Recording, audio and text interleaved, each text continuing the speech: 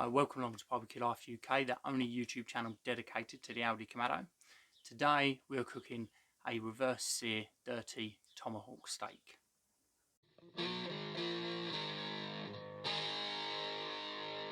So I picked this tomahawk steak up a couple of weeks ago at Aldi's. It was just before Father's Day and this cost me £17.30. It's a 1.3 kilo tomahawk. Now, it's a lot of money to spend on a piece of meat was my initial thought, and this channel is all about value. But when I thought about the amount of money that I pay for a 350 to a 400 gram steak, times that by 3, which I reckon I'm going to get 3 portions out of this steak, that takes us up somewhere near where we need to be. The steaks normally cost me about £4, so you've got 4, 8, 12. We're only a little bit more than what I would normally pay, and it's a really nice new thing to try. So with our steak, we've got it out of the packaging. I've left that in the fridge for a couple of hours just to dry out. I did use a bit of kitchen foil on there just to take as much of the moisture off of there as possible. After a couple of hours, I want to salt it. So I've gone on with a small amount of olive oil, which is just going to work as a binder. I'm just going on with salt on all of the sides.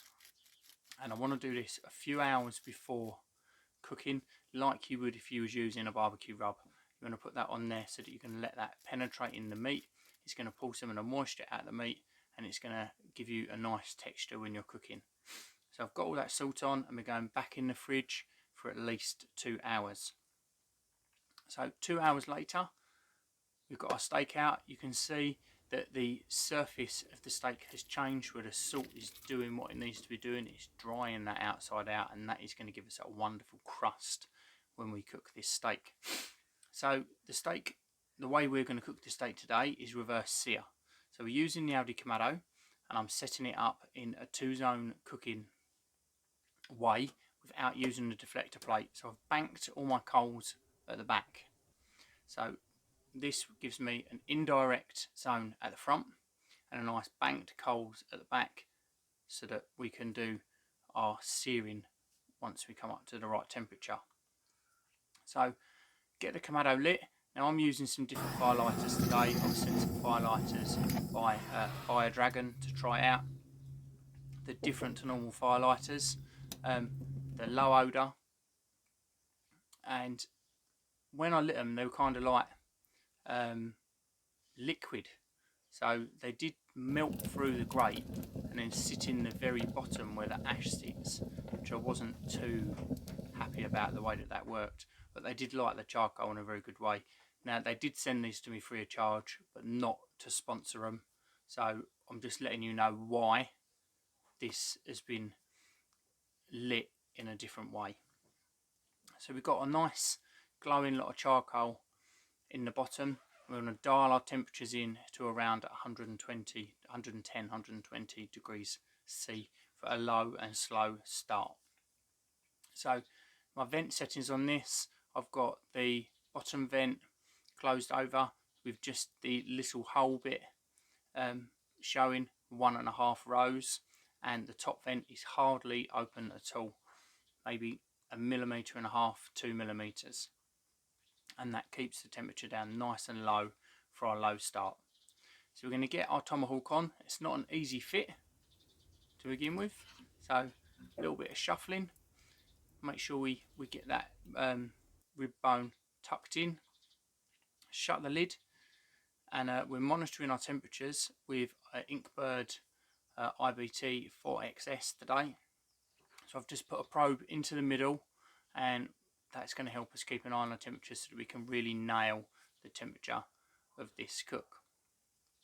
So we're putting it in, lid shut, and we're leaving it until we hit 32 degrees. So this is my sweet point when I want to do a reverse sear. So nice 32 degrees in the middle of the steak, and then we pull it off and we ramp our temperatures up. So to get to 32 degrees, this took about 35 to 40 minutes, which was a bit quicker than I was expecting it to be, because it's a fair old lump, this piece of meat. So we open the lid, and as you can see, it is far from being cooked.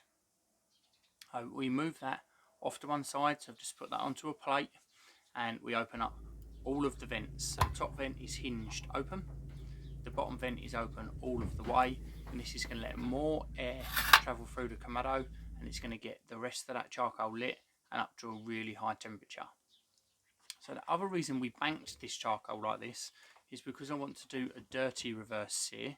This means that you lay the steak directly onto the charcoal, and by banking it up like this, it gives me a nice way to be able to lay this tomahawk kind of on its side, lent up there almost diagonally, so the bone will be coming up the Kamado and up towards the top of the fire bowl, while the meat is sitting directly on that charcoal itself. So it's been about 10 minutes and the temperature is now through the roof, so we're sitting 350 to 400 degrees C, really hot. Get your grill grate out, get the triangle-y bit that your grill grate sits in out, move them out of the way. Remember they're hot, so don't go putting them on your grass or on a worktop. Hang them up somewhere, or if you've got another barbecue, put it on there, because they are hot. So we've got that out of the way, and we take our steak and we blow the ash off of the charcoal before we lay our steak on there, because otherwise you're going to get little pieces of ash stuck onto the steak itself. Just give it a little blow the ash away, and we take our steak and we lay that onto the charcoal. Give it a nice push in. I want as much contact on that hot charcoal as possible. As you can see, you've got smoke going everywhere, and the smell is unbelievable. It's like steak you have never eaten before, cooking it like this. So because we've still got quite a way to go with our cooking, it means that I can leave this on the charcoal for a few minutes before it is time to flip, which is going to give us a nice crust on the outside. So I did 2 minutes before I decided to flip. So after them 2 minutes, take the, we call it a handle, the tomahawk bone, and we hold it and we flip it over. Now I've got a couple of pieces of charcoal still stuck to that steak underneath. It's no biggie. Take a pair of tongs or anything you've got to hand and just knock them off.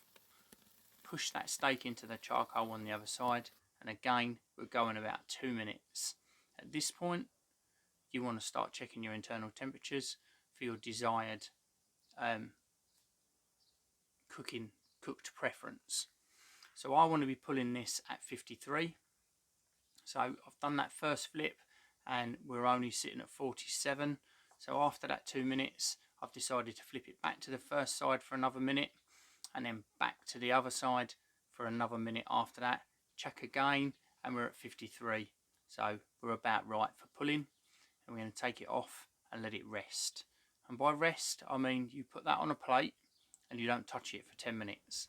It's a big piece of meat. It's going to hold this temperature, and what this does is it lets that meat chill out. It lets the all the juices redistribute throughout the steak, and it lets it finish cooking. It's going to rise in temperature another few degrees while it is there.